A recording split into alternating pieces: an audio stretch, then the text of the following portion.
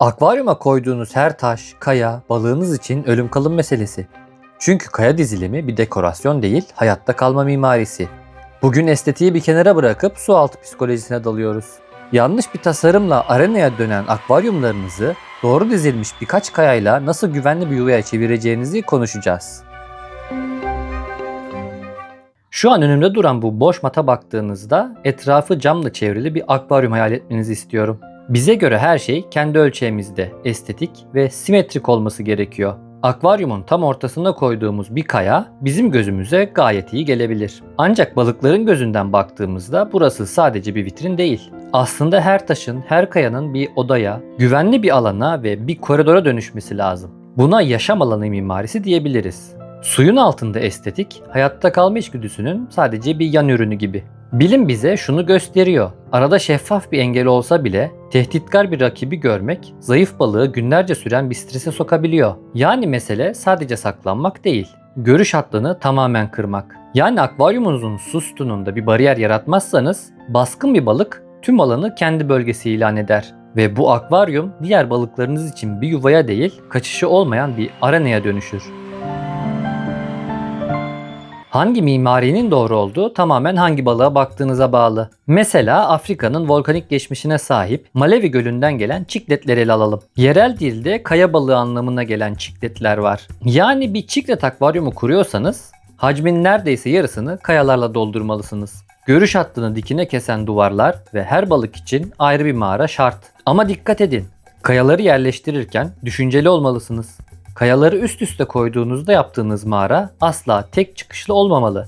Daima en az 2 kapısı bulunan bir yapıda olmalı. Eğer buraya zayıf bir balık girerse buraya kısılıp bir tuzağa hapsolmasın. Ayrıca bu kayaları dizerken asla kumun üzerine dizmeyin. Çünkü çikletler doğaları gereği kazıcılar. Kayaları doğrudan akvaryum tabanının camına oturtmalısınız. Ya da kaya ve cam arasına destekleyici plastik malzemeler kullanabilirsiniz. Kayayı direkt kumun üstüne koyarsanız balıklarınız kumun altını oyduğunda kayalar çökebilir, akvaryumunuz kırılabilir, balıklarınız ciddi yara alabilir.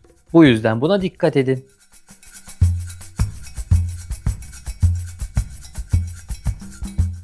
Peki ya aktif açık su balıkları?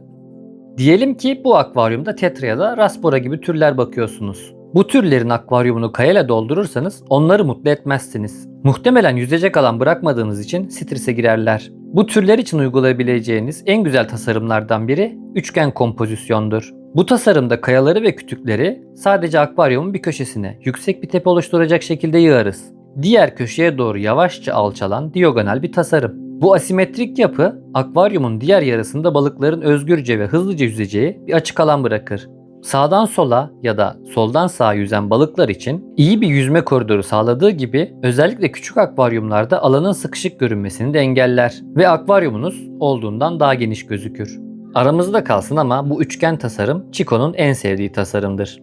Çünkü bu dizilimin temel amacı balıklar geniş açık alanda yüzerken aniden beliren bir tehlike anında sığınabilecekleri güvenli bir alan oluşturmak. Suyun hemen dışında Chico gibi bir avcının onları izlediğini gördüklerinde panikleyip stres olmaktansa kayaların ve dalların arasına fırlayarak saklanabilirler. Bu sığınaklar sadece fiziksel koruma sağlamıyor. Bununla ilgili bazı araştırmalar var. Bir balığın kaçıp saklanabileceği güvenli bir alanının olması orayı hiç kullanmasa bile ona psikolojik olarak bir rahatlık veriyor. Ve bu güven duygusu stresi azaltıyor ve balıkların açık alanda daha rahat yüzmesini ve doğal renklerini daha iyi sergilemesini sağlıyor.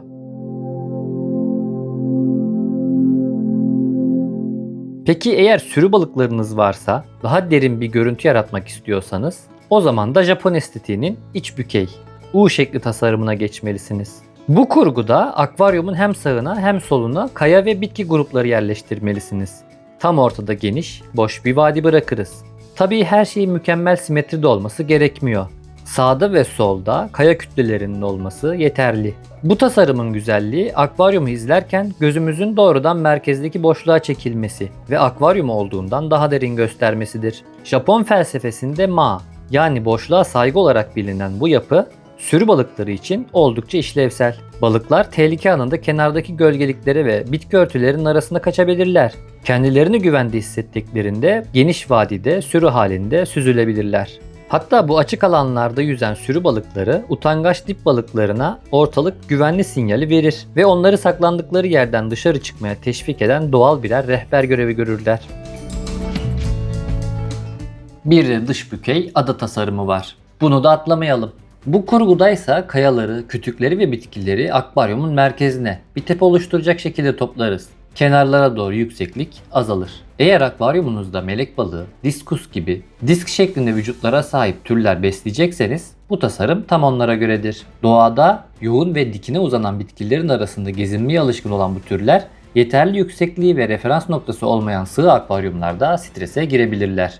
Merkeze kuracağınız yüksek bir ada onlara hem tehlike anında aralarında karışabileceği bir odak noktası sunar hem de etrafında turlayabilecekleri doğal bir yüzme alanı sağlar. Tasarımın matematiği sadece kayaların dizilimiyle değil, kimyasıyla da ilgili. Akvaryuma hangi kayayı seçmeniz gerektiği ile ilgili ayrıntılı bir video çekmiştim. Onu kartlardan izleyebilirsiniz. Ama kısaca özetlersek, kayanızın suyu sertleştirip sertleştirmediği büyük önem taşıyor. Kalsiyum içeren bir kayanız varsa, bu Afrika çikletleri gibi sert su seven balıklarınız için güzel bir özellik. Ama yumuşak su seven Amazon balıkları için pek de iyi olmayabilir. Bu yüzden kayanızın salınım yapıp yapmadığını bilmek balıklarınız için oldukça önemli. Sonuç olarak akvaryumunuza koyduğunuz taşlar rastgele yığılmış molozlar değildir. Onları belirli kurallara göre yerleştirdiğinizde agresyon hemen psikolojik bariyerler olabilir. Büyük usta Amono'nun dediği gibi, doğa anayı tanımak onun en küçük yaratımlarını sevmektir. Bir balığın gözünden dünyaya bakmayı öğrendiğinizde sıradan bir akvaryumu sadece görsel bir şölene değil, görünmez savaşların zekice çizilmiş sınırlarla bir barışa dönüştüğü yaşam alanına çevirirsiniz. İşte akvaryum tasarımı dediğimiz şey tam olarak bu barışı inşa etme sanatıdır.